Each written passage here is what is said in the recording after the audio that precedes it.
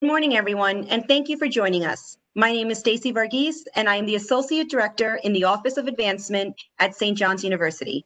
Today, we have Susan Ginsburg O'Sullivan and Deborah Goldstein, who will discuss part 2 of networking and job searching during the pandemic. Some housekeeping rules before we begin. If you have a question, please submit it on the bottom right in the Q&A section to panelists and hosts, and they will be answered throughout the fireside. As a reminder, please make sure to keep yourself on mute. Lastly, a recording of today's session will be emailed to you after the presentation. Now, I am excited to introduce our speakers. Susan Ginsburg O'Sullivan is a New York City-based certified executive and leadership coach and certified Daring Way facilitator, helping busy professionals make positive change. Susan specializes in career and personal development, career strategies, group coaching, and problem solving. Her one-to-one coaching engagements are highly individualized and responsive to each person's unique situation, circumstances, and goals. Her approach is engaging and participatory as she guides and empowers clients to gain the clarity and confidence needed to reach their goals. As a certified Daring Way facilitator, Susan runs workshops based on the research of Dr. Brené Brown. The work helps individuals examine the thoughts and emotions and behaviors that stop us from moving forward and identify new choices and practices that moves us toward being more authentic in how they live, lead, love, and parent. Deborah Goldstein is a seasoned consultant and coach to New York City national and international organizations that have made creating and maintaining a healthy, inclusive, and productive workplace culture a core value. Deborah's area of focus are in women's leadership, intentional productivity, and workplace diversity and inclusion. She is certified in conversational intelligence, which is rooted in the neuroscience of conversations and informs the foundation of all of her programming, facilitation, and coaching. Deborah's career mission is to help executives clear the fog created by career, stress, and toxic workplace environment. She has positioned her company, Driven Professionals, as a vehicle to enhance individual and workplace productivity and engagement. Welcome, Susan and Deborah. I will hand the webinar controls over to you now. Okay. Good morning, everyone. Good morning. Shall we jump right in? Susan, do you want to? We'll give folks an overview of what we are going to be doing today. And we're excited to be back to talk about networking strategies and job search during COVID-19. And we're going to do an overview today of what networking is and the toolbox that you can build to get ready to network, as well as some interviewing tips, how to set up meetings virtually, and how to execute with grace. We'll talk about the mindset that is helpful to employ and to build over these months of virtual networking and interviewing, and then we'll wrap up. And we invite you during the course of this session to please make this not only a conversation between Susan and myself, but between all of us. So continue to submit your questions, and we will look forward to having an engaging conversation. Before we jump in, curious to know why you're here today. What is of interest to you? Are you interested in networking in this new environment, networking to actually find a job, to interview for a job, to maintain your network, what has brought you today? If you would write that in the chat box, that would be fabulous. And Stacy, when you get some feedback, please share it with us. I will.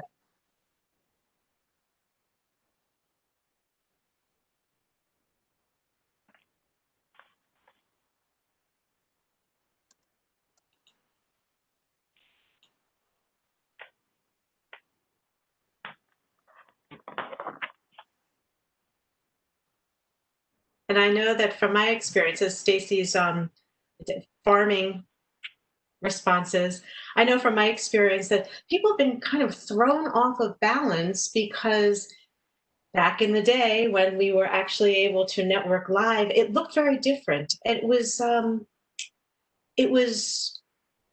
method, there was a template, there was a pattern or some real tangible ways you could network. And now with the virtual networking and virtual job interviewing or job searching, it does take a different mindset. So let me. It looks like someone's like change the career change. Yep. Yeah. Yeah. Anyone else? There's anything else, Stacy? And I know that I'm just trying to figure out how to keep up with people in a virtual world.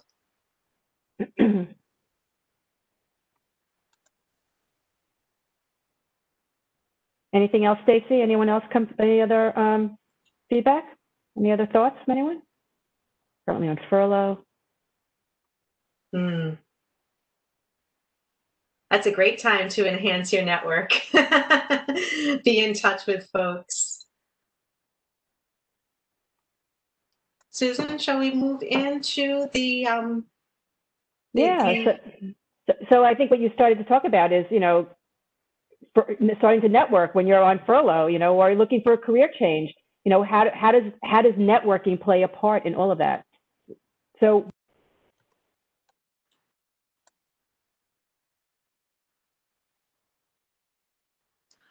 Susan, you're on mute.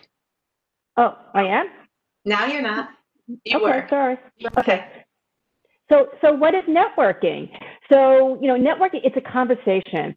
It's not about asking for a job. It's about getting information and exchanging information ideas through relationship building. What do you want? What do you want to learn?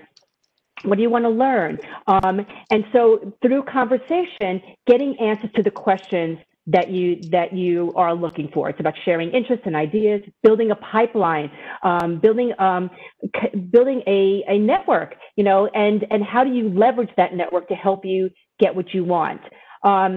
Statistical payoff of landing a position through networking is anywhere between, I think it's between 60 to 80%, but say 70, 80%. That's how people are getting jobs. Yeah, and isn't that wonderful because we have the opportunity to reach out and touch people even in a virtual platform. And I just want to add that as an introvert, virtual networking in some ways is a lot more palatable than live networking. It makes me feel much more comfortable. But I would like to share with you just an overview, a long-term view of what networking is like. And I am I'm a recovering restaurateur, so everything has to be compared to wine. And so I would love to share an analogy to how networking is actually an organic and sustainable practice that is similar to grape growing. And when I think about networking, it comes in like 4 stages, not all done in sequence. But when you think about the first stages of networking, it's to grow your network. Just like a grape grower for wines, they wouldn't just haphazardly plant any types of grapes in any type of soil. They would think about what is appropriate. Likewise, you will be thinking about who should be in your network, what types of people you should be in your network. To make the wine analogy, in a very cold climate, you wouldn't want to grow Shiraz grapes. They just don't grow well in a cold climate. So when you're thinking about who you're going to be spending your time with in your network, think strategically about who you would benefit from being in your network. The second stage of grape growing is to nurture the vines. In other words, knowing how much water to feed them and pruning the vines to make sure they flourish. And this is actually my favorite part of networking, is actually getting to know the people in your network and understanding what their needs are and their challenges are, and likewise having them understand what your needs are, your challenges are, what your vision is and your aspirations are. And that's the sweet spot in networking. Managing your network is basically building your pipeline and making sure that your pipeline is fluid. And it has the people in it that need to be in it because you are benefiting them and they're benefiting you. They're like-minded is what I like to think. And then leveraging your network, just like leveraging the grapes that have been bottled into wine, you finally get to pull the cork and you get to sip at the wine. Well, leveraging your network is when you get a referral, or you get a job, or you are asked for an introduction to others because you know somebody in your network.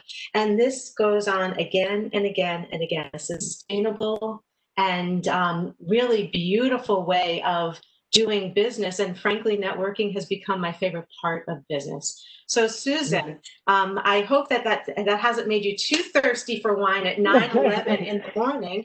Can you bring us into some networking strategies, how we can think strategically about how to start to network for that first part, the growing and the nurturing of the network?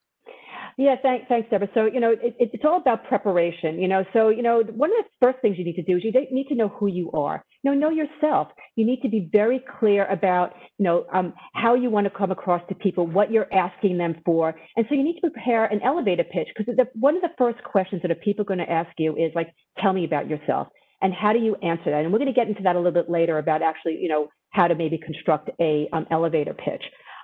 Know your network. Who's in your network. Go into LinkedIn. If you don't have a LinkedIn profile, I recommend getting one right now and start connecting with everybody that you know. But who's in your LinkedIn network, friends and family. And you should start with the people who you know first. And then you need to have a positive mindset. Think about this as having conversations and relationship building. It's getting back to what Deborah was just talking about. Nurturing your network and trying to and managing it and getting clear about who do you want to talk to. I also, participate in virtual events. Now it's a little hard right now, going to actual live events. But, if you belong to any associations, like your alumni association at St. John's, participate in events, talk to people, let people know what you want, ask them about themselves, do a lot of listening, listen more to what people are doing, how they've got there, and then, and try to have quality conversations. When networking, you have to put yourself out there. You have to be a little bit vulnerable. And, I talk about a lot by planting seeds, because not everything grows at the same time. Getting back to that grape thing, you have to keep planting and planting and planting and nourish it. And so going back and talking to the people who you're reaching out to. And then if there is any radio silence, if people are not getting back to you, well, then vary the communication. If you're doing it only by email, well, maybe pick up a phone. If you have their phone number, text them.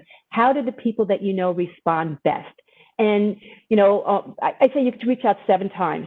And if you just try to, on LinkedIn, find different ways of getting into a company. If the person who knows that company is not responding, try to find different people to reach out to and connect with. But we can get more into that. Be kind and give back. It's only not about what you want to get, but maybe you can help others. And so it's important to be aware of that, to be able to offer that to others, and then again, stay positive. It's not easy. Looking for a job or changing careers is a marathon. And so, what can you do to stay positive through this process? Yeah. Susan, I want to jump in there because there is a really important difference between live networking and virtual networking. And that's the radio silence. All I can see with my clients and my network colleagues is a little square box that is in front of me.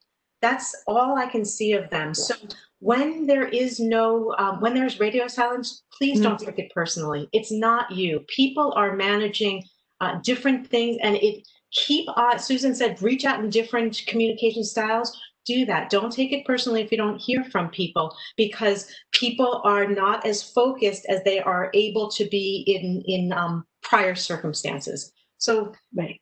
Yeah, you keep on reaching out. Yeah, and find different ways to do it, and don't let anything stop you, because if you get yourself stopped, then you're going to get stuck, and then it can have this whole negative effect. So keep going forward. Like Deborah said, it's not personal. People are very, very busy. And it's just that they're not busy with like they've got a lot going on. I mean, they have a lot going on, but you don't know what's going on. So just don't take it personally. We could get into how to handle that too. And so some of the things you may need before you start, having a networking conversation, you need to have your little, branding statement, who you are as a professional, or, get very clear about that. Your elevator pitch, which is a 30-second elevator pitch, which is basically say who you are, what you do. You want it to be warm. You want it to be conversational. You want to keep it at a very high level. You don't want to go into a lot of detail because, again, it's 30 seconds, and you want people to say to you, oh, well, tell me more about that. Tell me what you've been doing. So again, I like to break it up. There's a little framework that I like to use, which is the present, the past, and the future. Or the present, and the future, depending if you're working or not working. And so who are you? What's the value that you bring to an organization? Where you've been doing it most recently or are doing it most recently, and what are you doing there? And then what are you looking for? And so that conversation will help people to understand who you are and then what you want.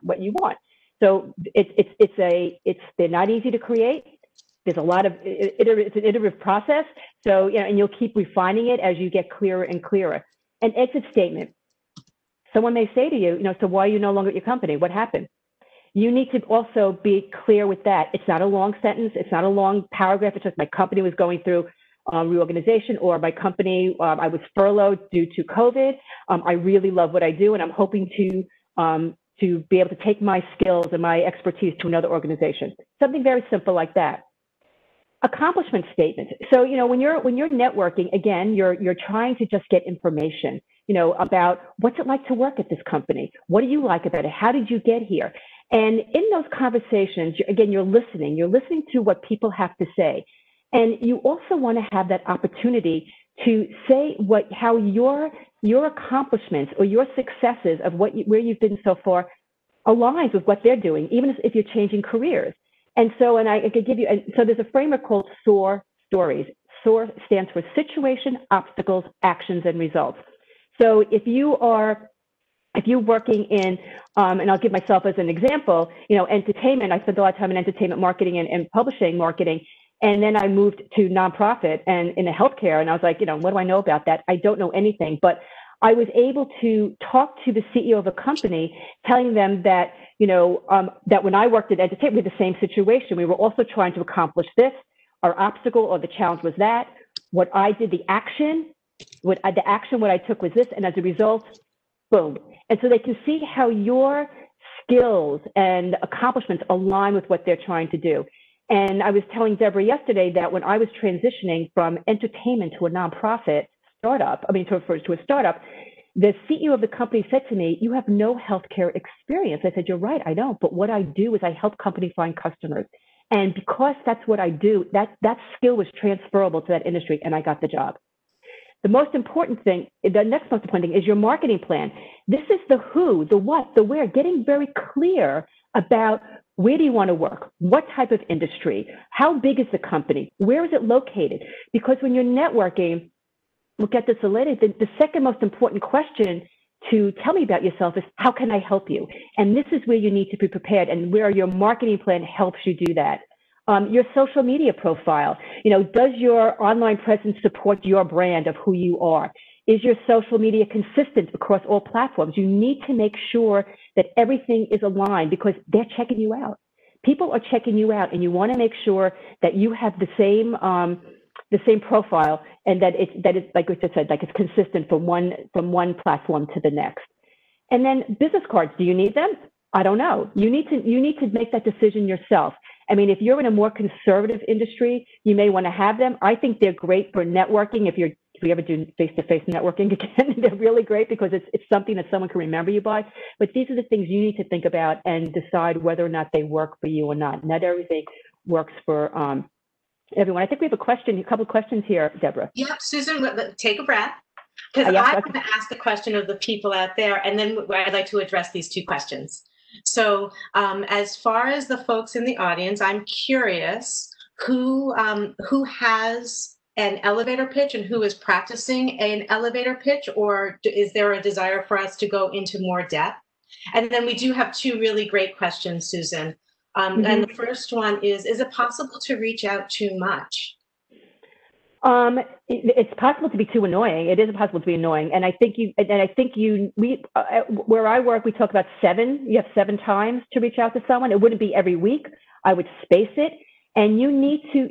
There's one of my colleagues who talk about bring a dead mouse, and what that means: find reasons to reach out to somebody. So if you've had a conversation with somebody, or if you've never had a conversation with them, what is something you can bring them? Is it an article, or I saw this press release? What can you do to start engaging in a conversation differently versus just asking for something? What can you bring them, or what can you give them that may, maybe push them to finally engage with you? But we say 7 times where I work.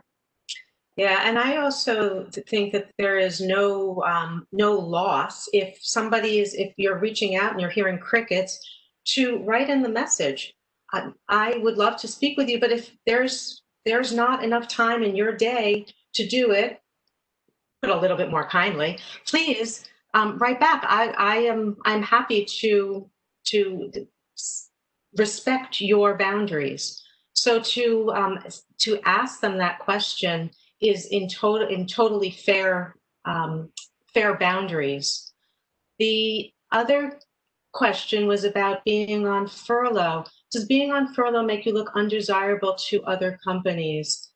And I think that especially at this time, Kathy, no, it's never undesirable. But especially in this reality, people are being put on furloughs due to nothing they're short.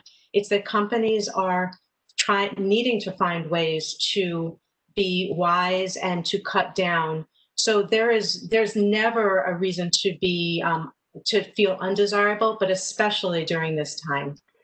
And that's that, and I agree, and that's where the staying positive is really important, because this is not a personal decision by the company. This is a business decision, and so you need to realize that, because you haven't lost your skills, you still are able to contribute, and so you need to focus on, again, what you can do, what's the value that you bring to organizations, and focus on that and not what's happened during this time. Because I work with a lot of people who are out of work right now, and it's happening to everybody. It's not just you. And so realize that, and just keep going forward, and don't let it get in the way. So Susan, we definitely want to go deeper into the elevator pitch. So can you dig in, please? Sure. So the 30-second elevator pitch is all about tell me about yourself. And so this is an opportunity where you get to say what you do, maybe adding in your expertise level, maybe putting in, a couple of skills that you have, maybe an example of your achievement, and then, what you're looking for going forward. So I use the framework beforehand of the present, the past, and the future. And the other thing I want to say is that you want to make sure that, and my pitch today that I'll give you an example of is not necessarily including all of these, which I'll have to work on that, but I don't have time to do that. But there's also on LinkedIn Learning. If any of you are a LinkedIn Premium members, and I recommend doing that if you're looking for a job, you get a first month free, and then it's $30 each additional month. They have tons of workshops on elevator pitch and doing it. I was listening to a couple last night. They are terrific. They are really, really good and break it down. And so if you were to say to me, so Susan, so tell me about yourself. I might say, well, I'm a marketing executive who helps companies find customers and keep them. And I do that by using a variety of marketing strategies that not only inform and educate, but also drive revenue. Most recently, I was at ABC Company, where I was leading a team of 10, charged with not only building the brand, but also driving customer engagement and sales. What I'm looking to do next is to stay in the entertainment space, where I can help another organization not only develop the growth strategies to drive success. And so really short, really high level. And when I said that to Deborah yesterday, Deborah, what was the next question you said to me? I said, I've got so many questions for you right now. I don't even know where to begin, because they were so packed with teasers and moments of curiosity. And that's what you want. I mean, you want people to say, so tell me more. That's what you want people to do, because if you give them everything in a very long, like paragraph, you're going to lose them. And not everyone likes detail at first. So you have to also know your audience and know how they take in information. And that's a whole other conversation we can talk about, but not for today. But, work on it, practice it, practice with your friends, with your family. Write it down and just keep doing it. And the more you do it, the easier it will get. And it takes practice. It really does take practice. So I have as you're moving on the slides, I've got a question for the folks that have tuned in.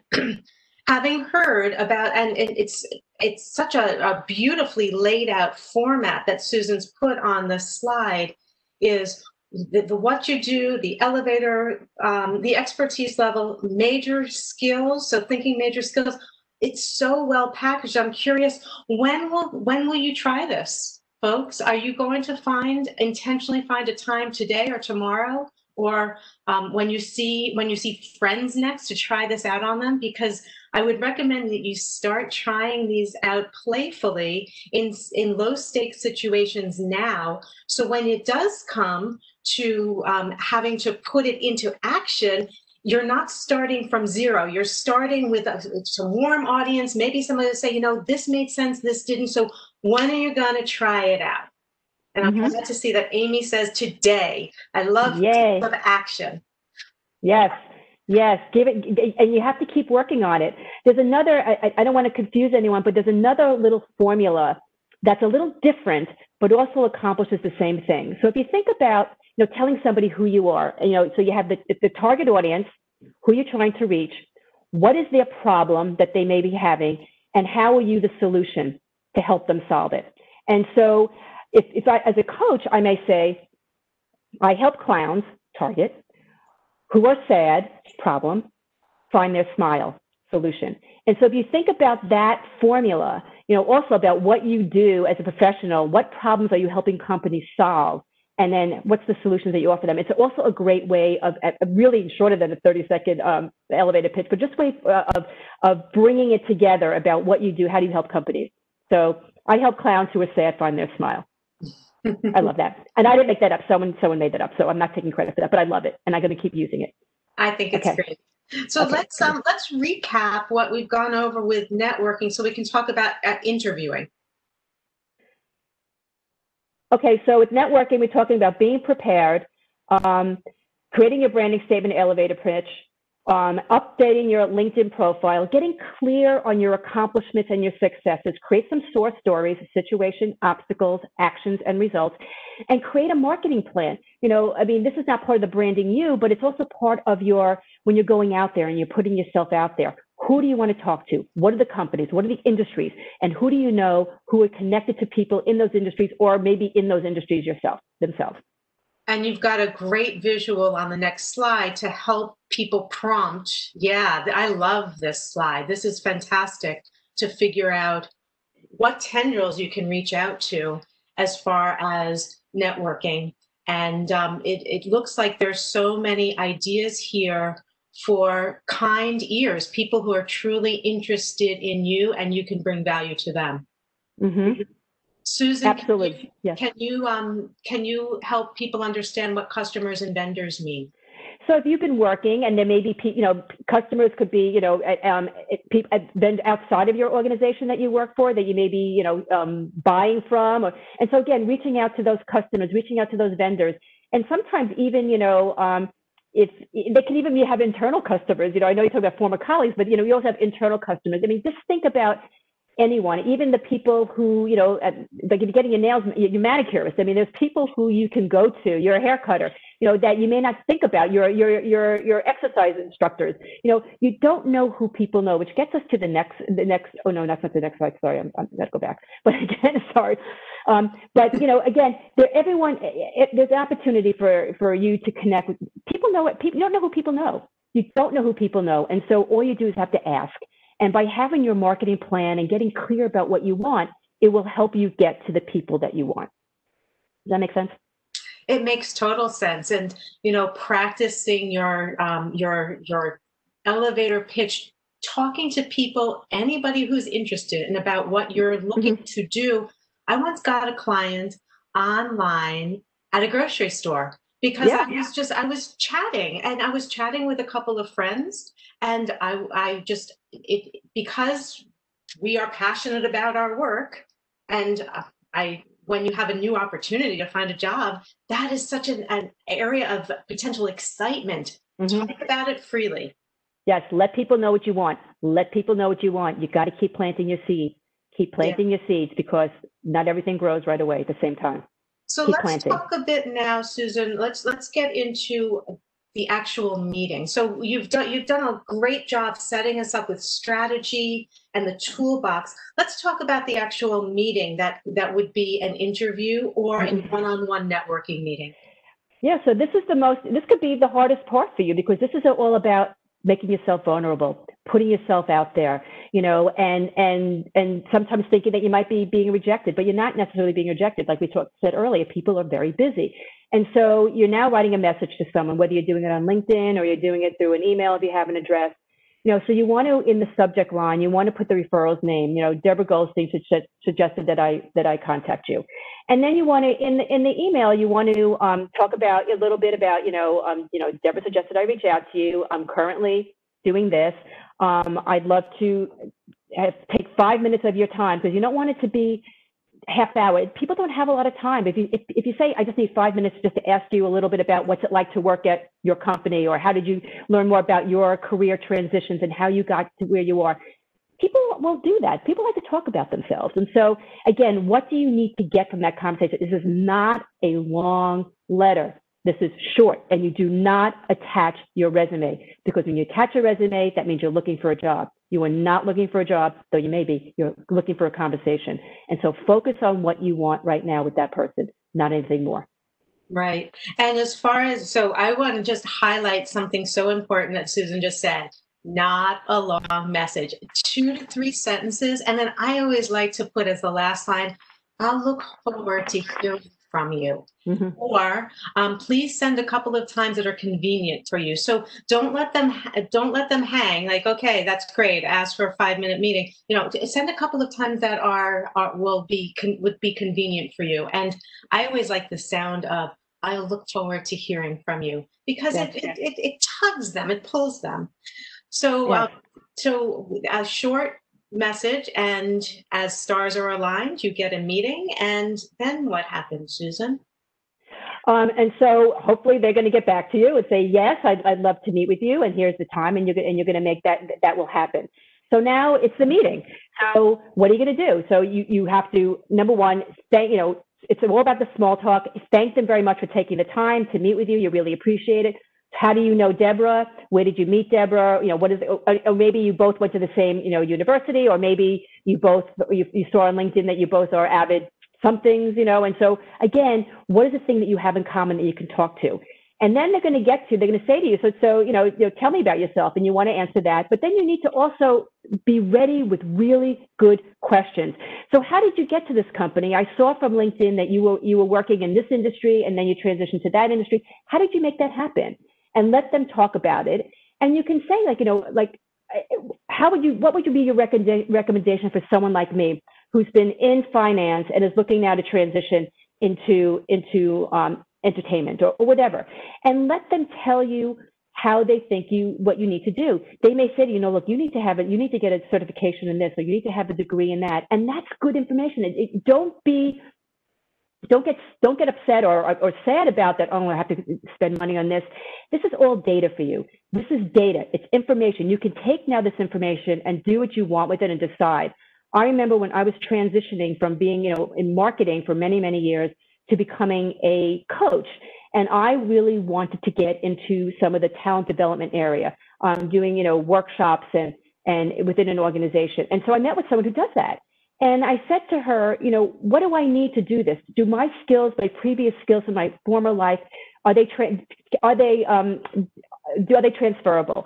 And she said, absolutely. And so that was really good information for me. And then I was able to take that information and try to move forward and start, again, networking with more and more people to get into different organizations. And so it's all good. It's data that you can take. You can decide what you want to do with it or not do with it, but it's all information. And don't just take it from one person. Talk to as many people as you can, because everyone's going to have a different opinion of what you should do or not do. And again, you then get to make that decision. And then the next thing is they're going to ask you, how can I help you? And this is where your marketing plan comes into play, because you've done your homework, you're prepared. I would love any introductions to someone who works at these two companies. Do you know anyone there? Or people who work in these departments, do you know anyone there you could recommend? So again, getting very clear, it helps the conversation. Deborah, anything else you want to add to this? Yeah, I do. I want to encourage people to make sure that as you're looking for new organizations to join, that you ask good questions to help you determine if this is a good fit for you. So ask some questions about the culture.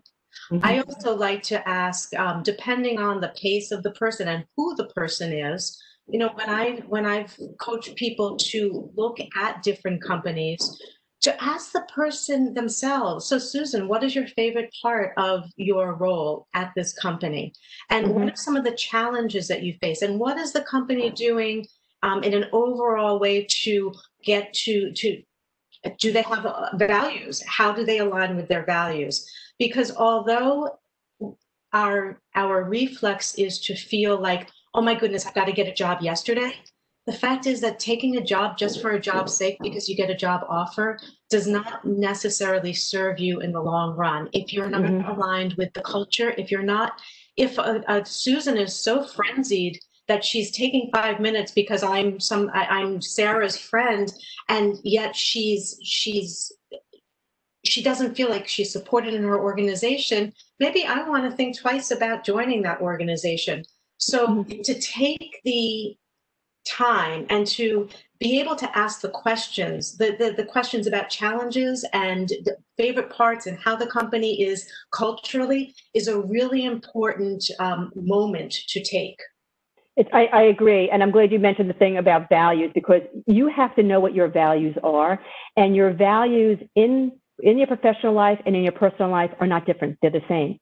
And so as you think about the companies you want to work for, do your values align? And if they don't align, you will not be happy at that organization. I've made that mistake myself more than once. And so, and that's fine. But again, know what your values are and know if they align with that organization. So getting clear on that is really important. Getting clear on both yours and the company's is really important. Yeah. And often I find now companies are putting their values right onto their website. So that is, that's good information to have in your back pocket. And as you are speaking, whether it be in an interview, and we might be getting deeper into interviews, but whether it be speaking in an interview or with somebody who is with the company, you can feel them out and see if the values are just, you know, check the box on their website or they're really living their values. It's so true. It is so true because, you know, I mean, a lot of companies don't live what they're preaching on their website. So it's good to try to get information beforehand. I agree. Okay, should we move forward? Yeah. Sure. Unless, I mean, are there questions about the action? So this is the meeting. This is a networking meeting. Susan, do you want to give a couple of tips about the interview? Oh, sorry. The interview. So for using it for interview or for networking, I'm sorry, can you? So we've been positioning this as networking and meeting with people in a networking perspective. Okay. How about a couple of your favorite tips about, okay, I'm now the interviewee and you're the interviewer. What should I be doing? How should I be asking questions and answering questions? What would that ratio look like, and how would that look? So when you're interviewing, and now most of these interviews are being done via, you know, some kind of virtual environment.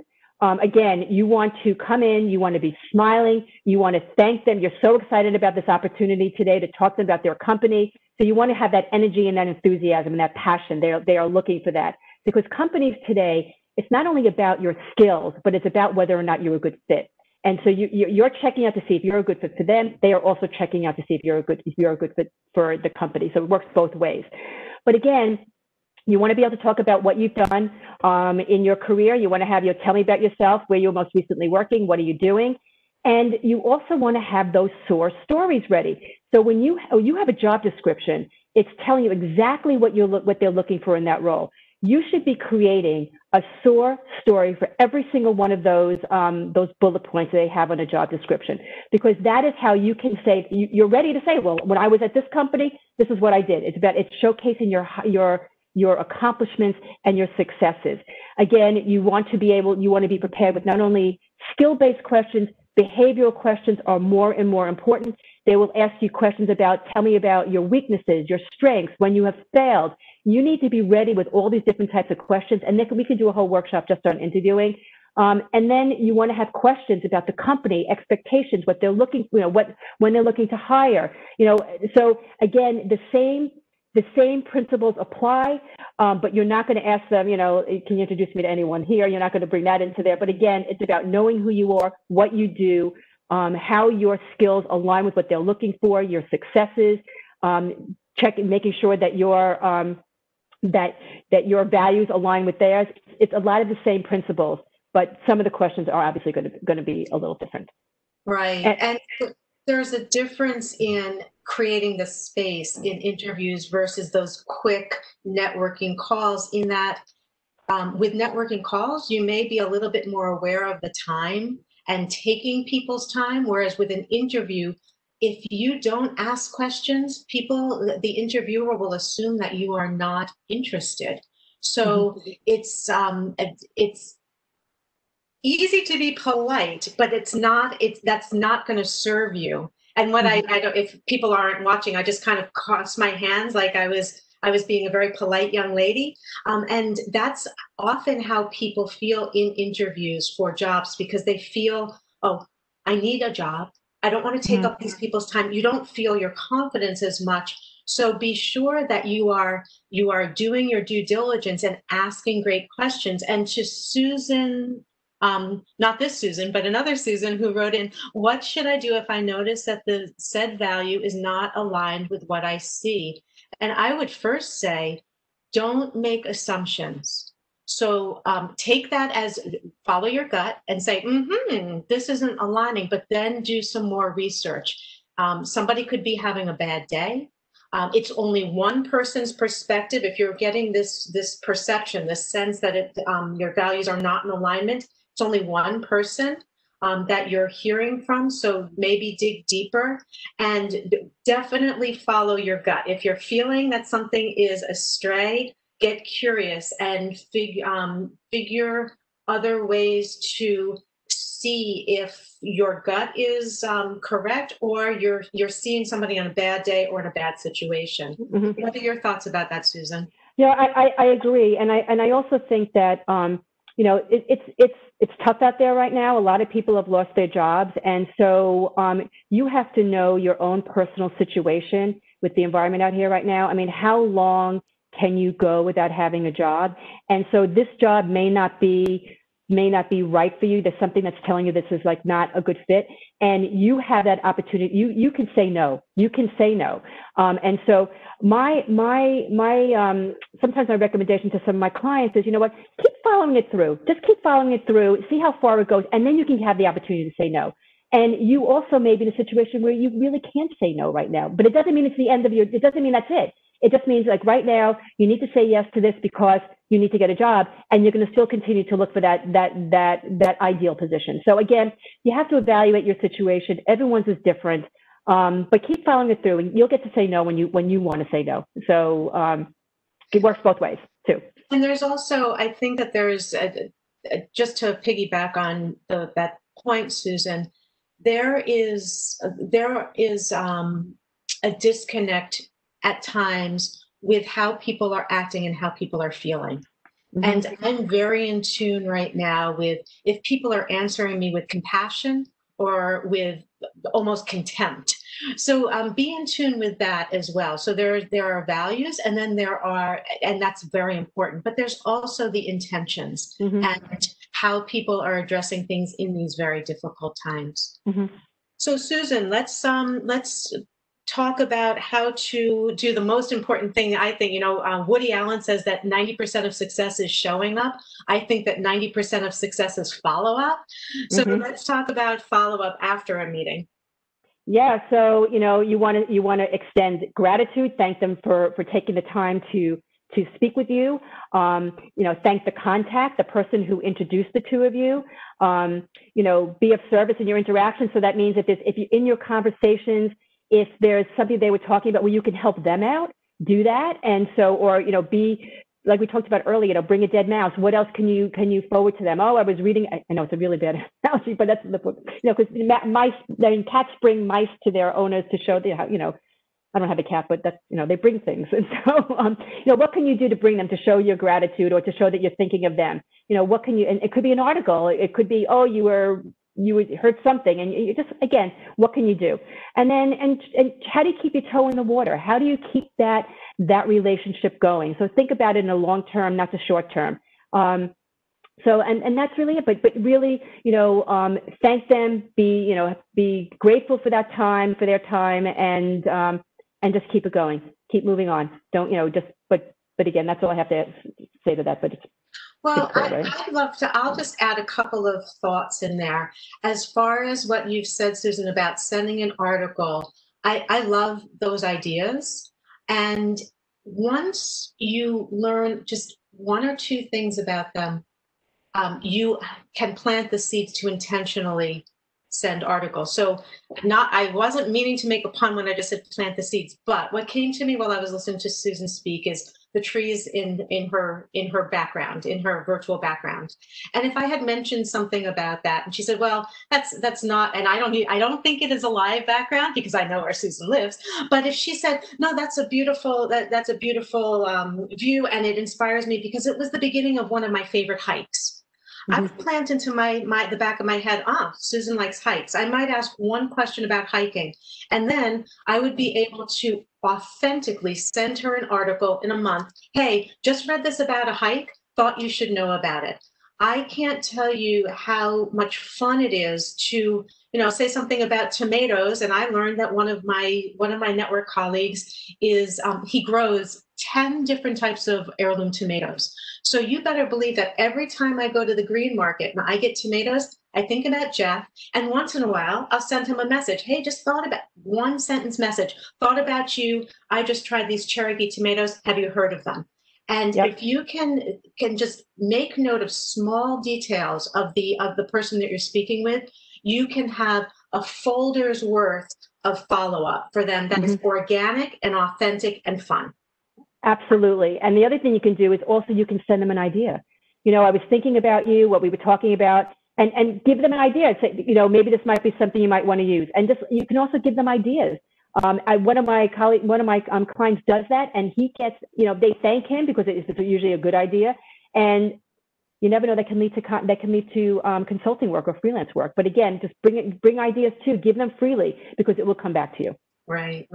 So, Susan, let's talk about some of the do's and don'ts of networking. Okay, I can get my thing working. Okay, so do your homework. Follow up. Read about the company that you're interested in. Read about the person that you want to connect to. So do your homework. Try to meet in person if you can. I know it's really hard right now, but face to face is the best. Virtual is okay. I mean, is good too.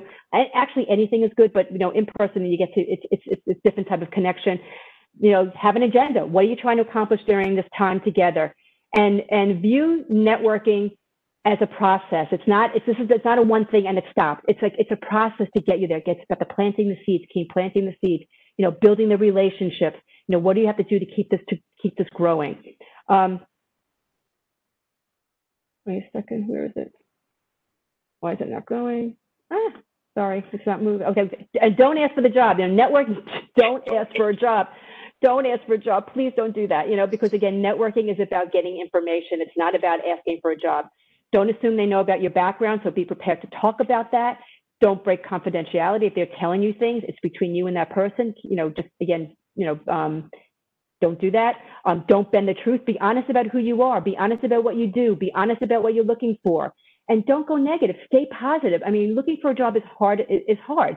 And it's a marathon. It's not a sprint. And so, you have to find ways every day to, reach out to 5 different people every day to try to have conversations, because not everyone's going to respond. So, 5 people a day you should be reaching out to. stay positive. Think of it, I like to think of it as like a little adventure. You know, like what am I trying to get to today? I'm trying to get to what's my goal for today. And so make it like a little adventure. Try to make it as fun as you can. And if you feel like you're going negative, then stop. Then take the day off. Do something for you. Do something that, you know, that brings you back. Give yourself that time and that space, because you don't want to show up. You don't want to show up that way, because it's, again, they will remember that. You know, so be positive. Stay positive. Yeah, just stay positive. Don't go negative. So I've got a question for you, Susan, about the don't bend the truth. I'm wondering how people address the very difficult, squirmy, awkward question of, tell me about a time you failed. How do you manage to coach people through that very difficult question? So I know that no one on this call or you and I have ever failed at anything that we've done in our life, but they're looking for something. So my suggestion is that to focus on something earlier in your career, even if you're early in your career and you're learning things as you go along, and you could say, well, early in my career, I was not good at saying no to projects. And so what was happening is that I was getting overwhelmed. I was starting to let things slip through the cracks. And so what I did is that I just changed one thing by asking people, when do you need it by? And by just doing that enabled me to better manage my time, manage the projects. Again, the way you frame it is, you know, when I first started working or early in my career, I was this, but making sure that it's something that you have resolved and it's not something that's still a problem or something that you still have not, you know, conquered. So again, don't lie about it. You could be honest about it, but make it something that was in the past. It's no longer an issue. Great, excellent, thank you. And then there's my favorite do is on the next slide. Yes, everyone brings something to the table. And so, you know, you never, like we talked about that earlier, you never know who can make an introduction for you. It could be your yoga instructor. It could be the barista at Starbucks. Everyone may be able to help you. And it works both ways. I mean, you may be able to help others also. Other people may be looking for resources or people to talk to. So everyone brings something to the table. It's about being able to communicate what you want and what you're looking for, and that's how people are going to help you. So you know, don't be afraid to ask for what you want.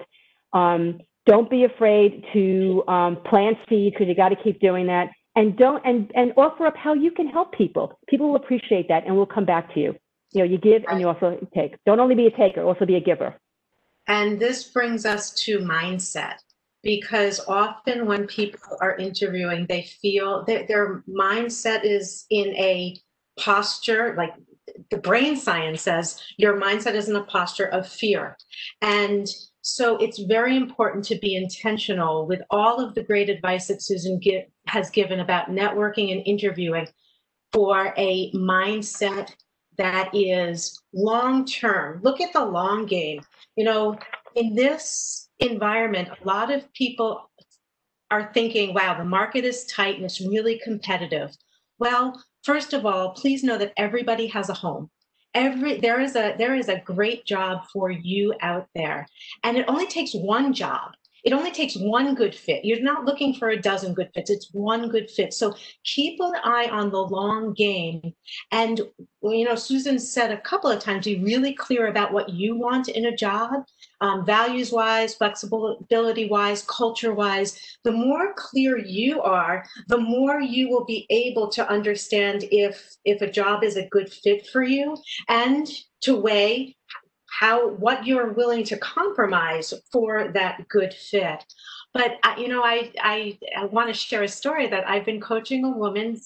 She was furloughed in March, and she got super clear on her values. She got super clear on what she was looking for. She got super clear on what she needed to work on, which is in response to Amy's question. Amy said, what's the one thing you need to work on? Paula looked within to figure out what she needed to work on to be able to step up and fill into the shoes of her next ideal role. And that's what she focused on working on for the last few months. And I am so excited to say that yesterday, on our coaching call, Paula told me that she got a job offer not only with an ideal company, but they gave her everything that she asked for. So keep in mind the long game, as well as keeping in mind that in the moment, we as human beings have stress. So in the moment of a networking interaction or a job interview, remember that high stress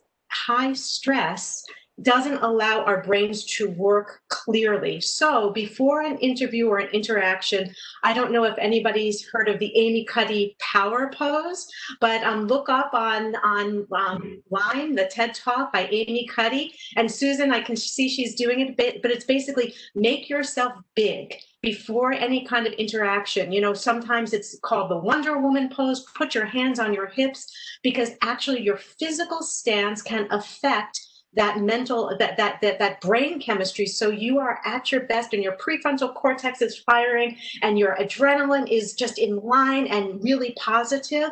So remember to make yourself big. The worst thing that you could do before an interaction is be texting on your phone, because it makes you small. That is not what you want to do before an interview of any sort. Also, take a few breaths, because when we get stressed, we forget to breathe. And that is another way that your brain is not getting the oxygen it needs for your prefrontal cortex, which is your thinking brain. That's what we're paid for, to be firing on all cylinders. The other thing that I like to do is to think about a mantra. How do I want to show up in this interview? For me, my mantra is I want to seem wise and energized. It gives me an intention and it gives me a greater focus. And then the other thing that I like to do is I ask myself before any kind of interaction, how do I want the other people to feel after my interaction? Do I want them to be curious? Do I want them to be inspired? Do I want them to be a little bit fearful when it comes to a couple of my coaching clients? Because, you know, you need skin in the game to make change. So those are a couple of ideas of in the moment, and that is directly connected to building resilience, because just like we challenge people to practice their elevator pitch before they get into high stake situation, practice some mindfulness like breathing or bringing yourself to the present starting now. Build that resilience, because once we get stressed, our mind goes all over the place and we're not able to articulate exactly what we want to convey. And then I just want to reiterate what Susan's been saying. Remember that every single one of us brings value. When I started to network in corporate America, I was totally feeling awkward within myself, because it came from the restaurant business. What can I offer these corporate bigwigs? And it turns out that when I listened, I brought great value to the table. How to eat healthfully is great value. So think about what is authentic and organic to you, and you will find value to contribute to them. Thanks for that, Deborah. And the only thing I wanted to add to that is that, you know, we're all people. And so we're people. If you think we're all people, it brings all of us to the same level, you know, because if you think of someone as being like, well, they've got this job and they're better than me, they're higher than me. Now, we're all people. So just keep that in mind.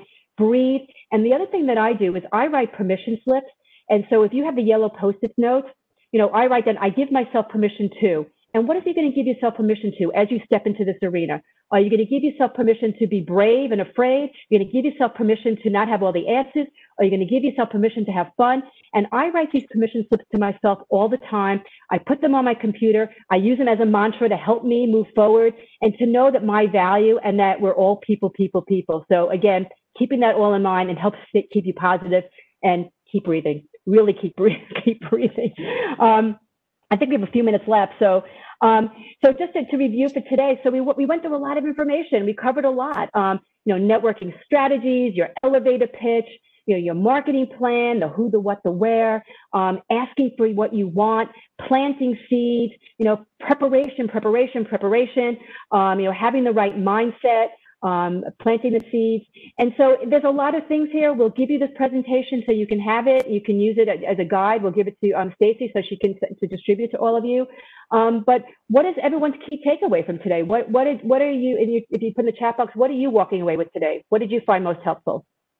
I like to phrase that in baby steps. What's the one baby step you are going to employ today to make long-term change?